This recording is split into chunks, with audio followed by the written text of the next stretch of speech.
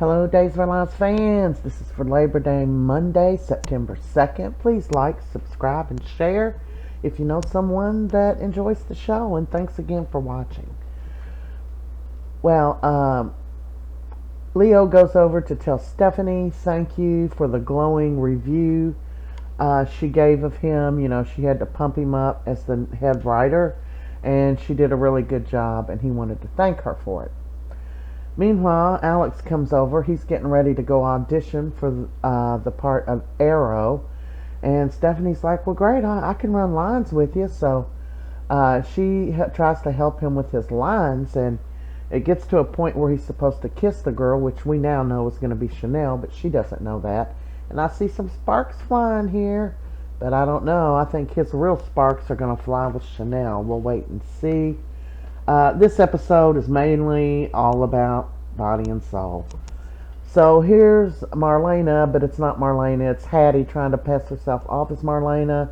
She's jerking Leo around, telling him she wants the part she was offered at first. She even offers to work for free, and she's just testing him if he's loyal to her. And he passes the test, so, you know, she hugs him and says, I knew you were loyal, Lenny, you know, because she don't know his name. I have to tell you, I don't like the character of Hattie, and I don't think she does a good job portraying it, because every time she does, you can just tell it's fake. So Bonnie comes in, being her usual pushy, bitchy self, saying that Charlemagne's got more lines or something than her. And, you know, she's like, well, I'm the star of the show, Charlemagne, or whatever. So Leo's like, oh my God, what have I got myself into? And I don't like the way they're playing Leo like a normal person. It's his quirkiness and his off-grid words that makes us love him. This crap sucks. So Kate being spoiled by Roman, of course, and she's trying to talk him into closing the pub for a couple of days a week. And he says, well, my staff wouldn't like that.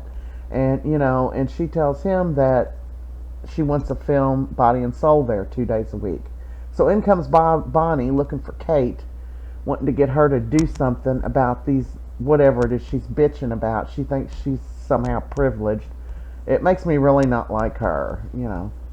So she goes and she tells Abe the good news. I got Roman to let us use the pub 2 days a week for filming. So he's telling Paulina about everything, and he's told her about Alex and Chanel and Johnny, and said Alex knows what's going on, but Chanel and Johnny don't. And she says, oh no, this is bad. So she is forced to tell him about the threesome and the history in the two. And he's like, oh man, I need to warn Johnny and Chanel what they're getting into.